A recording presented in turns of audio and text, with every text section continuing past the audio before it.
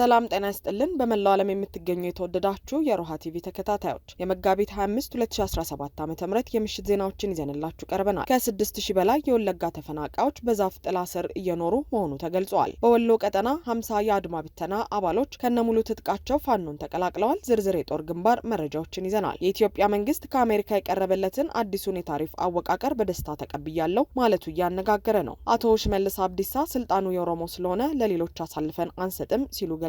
የአርኤስኤፍ ምክትል አዛዥ የሰሜን ሱዳን ግዛቶች ሊወሩ እንደሚችሉ ተናግረዋል። አድማጭ ተመልካቾቻችን አብራችሁን ልትቆዩ ከፈቀዳችሁ እነዚህ መረጃዎች በዝርዝር የምናሰማችሁ ይሆናል። የሮሃ ቲቪ ወቅታዊና ሀቀኛ መረጃዎች እንዲደርሷችሁ ቻናሉን ሰብስክራይብ፣ ላይክ እና ሼር በማድረግ አሁኑኑ ቤተሰብ ይሁኑ። ከ6000 በላይ የወለጋ ተፈናቃዮች በዛፍ ጥላ ስር እየኖሩ መሆኑ ተገለጸ። ከ6000 በላይ የሚሆኑ የወለጋ ተፈናቃዮች መጠለያ አጥተው በዛፍ ጥላ ስር ህይወታቸውን እየገፉ እንደሚገኙ ተናግረዋል። ከዛሬ 3 ዓመት በፊት ከኦሮሚያ ክልል የተለያዩ ዞኖች ተፈናቅለው በደቡብ ወሎ ዞን ሀይቅ ከተማ አቅራቢያ ተጠልለው እንደሚገኙ የተናገሩት ተፈናቃዮቹ ቀደም ሲል ሲቀርብ የነበረው ወርሃዊ ድጋፍ መቋረጡንና በመጠለያ ካምፕ ውስጥ ረሃብ መከሰቱን ተናግረዋል። በመጠለያው ውስጥ ከሚኖሩት አንዷ ወይዘሮ ሀሊማ ሙሄ ለመሰረት ሚዲያ እንዳረጋገጡት ህጻናትና እድሜያቸው ዘለግ ያሉ አረጋውያን በበሽታ ወድቀዋል። ሞተው አፈር ያለበስናቸውም አሉ። ከወለጋ ተፈናቅለን በዚህ ካምፕ ውስጥ የተጠለልነው ሰዎች የፌዴራሉም ሆነ የክልሉ መንግስት እንደ ዜጋ አይመለከትንም። ምግብና መድኃኒት ከተቋረጠ ከ4 ወር በላይ አልፎታል። የሚላስ የሚቀመስ የለም ሲሉ ነው የተናገሩት። ካምፑ ለሌላ አገልግሎት ታቅዶ የተቋቋመ በመሆኑ ከወለጋ የመጣው ተፈናቃይ ብዛትና ካምፑ የመያዝ አቅሙ ባለመመጣጠኑ ምክንያት አብዛኛዎቻችን ውለን የምናድረው በአካባቢው ባለ ዛፍ ስር እና ቁጥቋጦ ተጠግተን ነው። ህጻናት እናቶችና ሽማግሌዎች ሲኖሩበት የነበረው ድንኳንም በእርጅና ምክንያት ተቀዳዶ አገልግሎት እየሰጠ ባለመሆኑ ሁላችንም ፀሐይ ላይ ተሰጥተናል ሲሉ የተናገሩት ደግሞ ከተፈናቃዮቹ አንዱ የሆኑት አቶ መሐመድ ይመር ናቸው። ይህንኑ አስመልክቶ ለሚመለከተው የመንግስት አካል ለማመልከት በየጽህፈት ቤቱ ደጅ ብንጠናም በወቅታዊ የጸጥታ ሁኔታ ስብሰባ ላይ ነን በሚል ልናገኛቸው አልቻልንም ብለዋል። ተፈናቃዮቹ ከኦሮሚያ ክልል የተለያዩ ዞኖች በጸጥታ መደፍረስ ምክንያት በሺዎች የሚቆጠሩ ተፈናቃዮች በአማራ ክልል በተለይ በደቡብ ወሎ ሀርቡ ሀይቅ አቅራቢያ መካነ ሰላም፣ መቅደላ ማሻ፣ በሰሜን ወሎ ጃራ፣ በምስራቅና በምዕራብ ጎጃም ዞኖች ተጠልለው ይገኛሉ። እነዚህን ተፈናቃዮች ወደ ቀያቸው ለመመለስ እቅድ ተይዞ የነበረ ቢሆንም አሁንም ድረስ ቤትና ንብረታችን በታጣቂዎች እጅ በመሆኑ ብንመለስ ጥቃት ይደርስብናል በማለት ተፈናቃዮቹ ስጋታቸውን ገልጸዋል። ከመታረድና ከመሳደር ተርፈው በየአካባቢው የተበተኑ አማራዎች የሚበሉት አጥተው በረሃብ እያለቁ የሚጠለሉበት አጥተው ዛፍ ስር እየኖሩ በፈጣሪ ቸርነት ተርፎ በዚያው በወለጋ የቀረው አማራ ለማስጨረስ ደግሞ ሌላ ውጥን ተይዟል። አንዳንድ መገናኛ ብዙሃን በዛሬው ዕለት ወሮጉድሩ ወለጋ ዞን በአቤ ደንጎሮ ወረዳ ፋኖ 20 ንጹሃንን ገድሏል የሚል ዜና ይዘው ወጥተዋል። ይህም የራሱንና የህዝቡን ህልውና ለማረጋገጥ በወለጋ አካባቢዎች የፋኖ ኃይል ተደራጅቶ መንቀሳቀሱን መነሻ በማድረግ ንጹሃንን ገደለ በሚል የታቀደ ግድያ በወለጋ አማራዎች ላይ ለማስቀጠል ነው የሚል አስተያየት አሰጥቷል።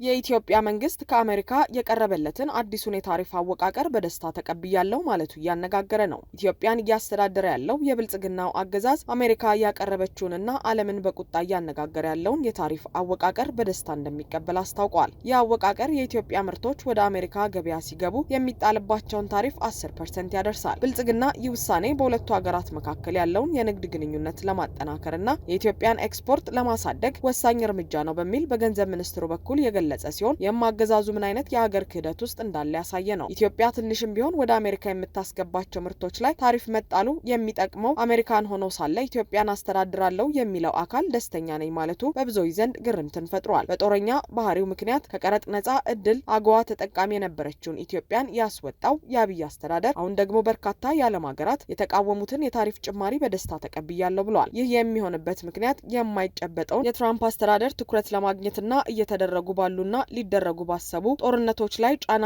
እንዳይፈጠርበት በማሰብ ነው። ከዚሁ ጋር በተያያዘ ዶናልድ ትራምፕ ወደ አሜሪካ በሚገቡ ሸቀጦች ላይ አዲስ ታሪፍ ለመጣል መወሰናቸው ለዓለም ኢኮኖሚ ትልቅ ጉዳት ነው ሲሉ የአውሮፓ ህብረት ኮሚሽን ኃላፊ ኡርሱላ ፎን ደር ሌይን ተናግረዋል። ቻይና የዶናልድ ትራምፕን እርምጃ በመቃወም ተገቢውን ምላሽ ለመስጠት ቆራጥ መሆኗን ገልጻለች። የቻይና ማስጠንቀቂያ ምላሽ የተሰማው የአሜሪካው ፕሬዝዳንት ከመጋቢት 27 2017 ዓ.ም ጀምሮ ወደ አሜሪካ በሚገቡ ሁሉም ምርቶች ላይ የ10% ታሪፍ መጣላቸውን ይፋ ካደረጉ በኋላ ነው። ቮንደርላይን በበኩላቸው አዲሱ አገራት ላይ የተጣለው ግብር በዓለም ዙሪያ በሚሊዮኖች ለሚቆጠሩ ሰዎች አስፈሪ መዘዝ ይዞ እንደሚመጣ ገልጸዋል። የአውሮፓ ኮሚሽን ኃላፊ አውሮፓ የተቀናጀ አካሄድ እንደምትከተል ቃል ገብተው ህብረቱ እያደረገ ያለው ድርድር ካልተሳካ የአጸፋ እርምጃዎችን ለመውሰድ የተዘጋጁ መሆኑን አስጠንቅቀዋል። የትራምፕ አጋር የሆኑት የጣሊያኗ መሪ ጆርጂያ ሜሎኒ ውሳኔው ስህተት ነው ብለዋል። የስፔኑ ፔድሮ ሳንቼዝ በበኩላቸው አገራቸው ለሁሉም ክፍት የሆነ ዓለም ለመፍጠር ቁርጠኝነቷን ትቀጥላለች ሲሉ፣ የአይርላንዱ ፖለቲከኛ ታዊዝ ሚሼል ማርቲን ደግሞ የትራምፕን ውሳኔ ማንም የማያተርፍበት ሲሉ ጠርተውታል። የፈረንሳዩ ፕሬዝዳንት ኢማኑኤል ማክሮን ሐሙስ ዕለት በአዲሱ ታክስ ከተጎዱ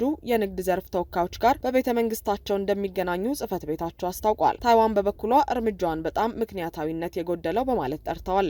የደቡብ ኮሪያ ተጠባባቂ ፕሬዝዳንት ሃን ዳክሶ እንዲሁም የዓለም ንግድ ጦርነት እውን ሆኗል ካሉ በኋላ መንግስታቸው የንግድ ቀውሱን ለማሸነፍ የተለያዩ አማራጮችን እንደሚመለከት ተናግረዋል።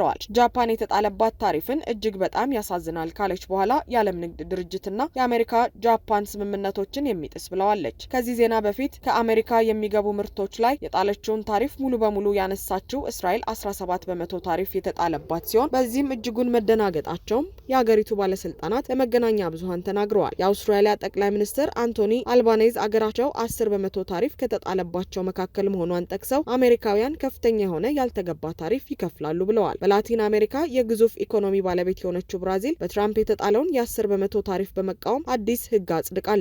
የብልጽግናው አገዛዝ ግን ይህ ታሪፍ በጣም አስደስቶኛል ብለዋል። ይህም ሀገርንና ሕዝብን ከመካድ የዘለለ አይደለም።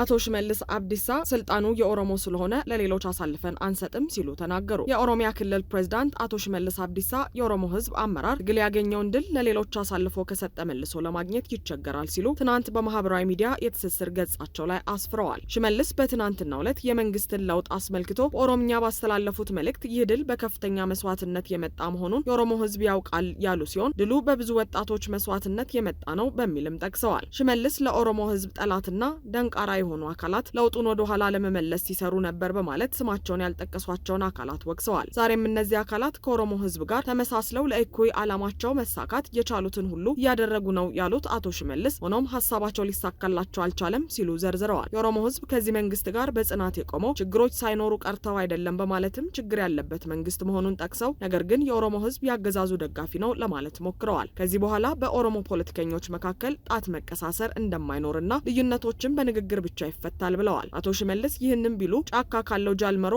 አሜሪካና አውሮፓ እስካሉት ጀዋር መሐመድና ለማ መገርሳን በህይወት እያሳደዱ መሆናቸው ይታወቃል። ሽመልስ በጽሁፋቸው የኦሮሞ ህዝብ ደጋፊያቸውና አገዛዙን የኔ ነው ብሎ እንደሚቀበል ቢገልጹም መሬት ላይ ያለው እውነት ግን ኦሮሞም እንደሌላው ህዝብ እየተበደለና እየተገፋ መሆኑ ነው። ሌላ በፕሬዝዳንቱ ሀሳብ ውስጥ ጎልቶ የታየው ነገር መንግስቱ የኦሮሞ ነው የሚለው ነው። ታዲያ የአገዛዙ ዋነኛ አካል የሆኑትና ኦሮሚያ ክልልን የሚያስተዳድሩት ሰው መንግስቱ የኦሮሞ ነው በሚል በይፋ እየገለጹ ከተመስገን ጥሩነህ እስከ አበባው ታደሰ ከአረጋ ከበደ እስከ ይርጋ ሲሳይ ያሉ አማራዎች ለኦሮሞ ስልጣን ሲሉ አማራውን እያስገደሉ እያሳደዱና እየጨፈጨፉ ነው።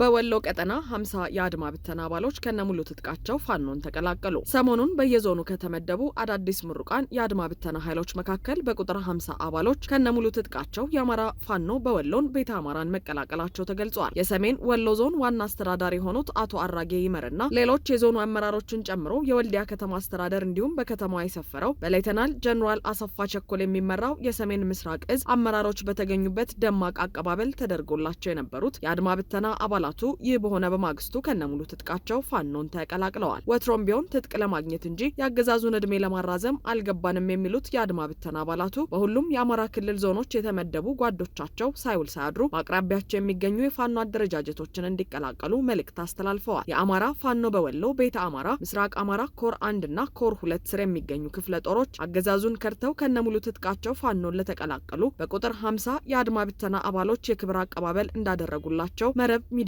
ዘግበዋል። በሌላ በኩል የአማራ ፋኖ በጎጃም በዘመቻ አንድነት ድል ማድረጉን እንደቀጠለ መሆኑን ለሮሃ በላከው መረጃ አሳውቀዋል። በዚህም ይልማና ዴንሳ፣ አግታ ጎባ መንደር፣ አፋፍ መንደር እና አግታ ከተማን ቀኑን ሙሉ ውጊያ ተደርጓል። ከአንሙት የያዛቸውና ባህር ዳር ብርጌዶች ባደረጉት በዚህ ውጊያ ከ70 በላይ ብልጽግና ወታደር ተደምስሷል። በዳንግና ትናንት ከቀኑ 9 ሰዓት ተኩል ጀምሮ ውጊያ የተደረገ ሲሆን መንገሻ ጀንበሬ ብርጌድ የአገዛዙን ጦር በከፍተኛ ማጥቃት አባድራን አስለቅቆ ወደ አፈር ማፈሻ ላይ እንዲያፈገፍግ አድርጓል። ከአባድራ ማይካድራ ያፈገፈገው ኃይልም መድኃኔዓለም ቤተክርስቲያን ላይ ምሽግ አድርጎ ራሱን አትርፏል። በተመሳሳይ ሜጫ ከብራቃት ወደ ሪም ዴንሳባታ መሄጃ በተለምዶ አጣሪ ተብሎ የሚጠራው ቦታ ላይ በተለይም ጋፊትና ገብርኤል ላይ የነበረውን ምሽግ አስለቅቀዋል። ፍጣ ሚካኤልና ብራቃት ከተማም በነበረው ውጊያ መከላከያ ሸሽቶ የገባበት አልታወቀም። በዚህ ውጊያም ከ100 በላይ ያገዛዙ ጦር ተደምስሷል። እንዲሁም መራዊ ከተማ የታደሰ ሙሉነ ብርጌድ በከተማው አስተዳደር አካባቢ ገብተው የነበረ ሲሆን ትናንት ምሽት 11 ሰዓት ተኩል አካባቢ ከተማ ውስጥ ውጊያ ተደርጓል።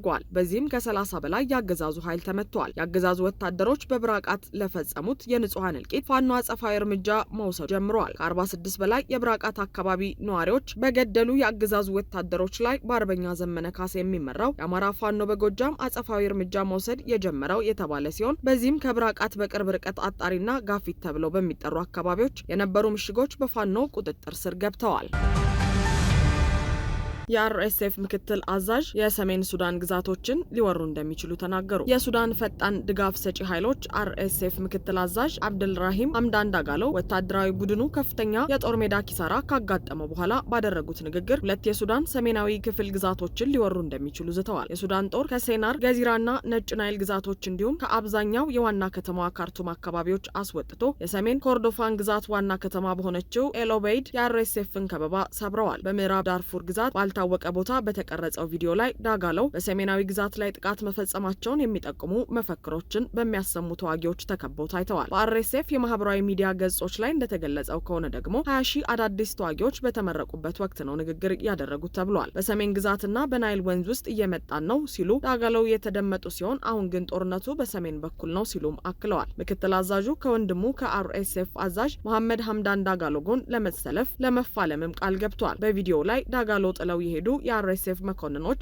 በሰዓታት ውስጥ ወደ ጦር ግንባር እንዳያመለክቱ ያዘዙ ሲሆን ይህ ካልሆነ ግን ከስራ እንዲባረሩና እንዲከሰሱ እንደሚያደርጉም ገልጸዋል። አንዳንድ መኮንኖችን ከእናቶቻቸውና ከእህቶቻቸው ጋር ቤት ይቆያሉ ሲሉ ተደምጠዋል። የዳጋሎ ዛቻ በአርኤስኤፍ መስክ አዛዦች በደርዘን የሚቆጠሩ መኮንኖችና ወታደሮች ከቅርብ ጊዜ ሽንፈት በኋላ ጥለው መውጣታቸውን ተከትሎ የመጣ ነው። አድማጭ ተመልካቾቻችን የሰዓቱ የሮሃ ቲቪ ዜናዎች የተከታተላችኋቸውን ይመስሉ ነበር። አብራችሁን ስለነበራችሁ ከልብ እናመሰግናለን። ሰላም።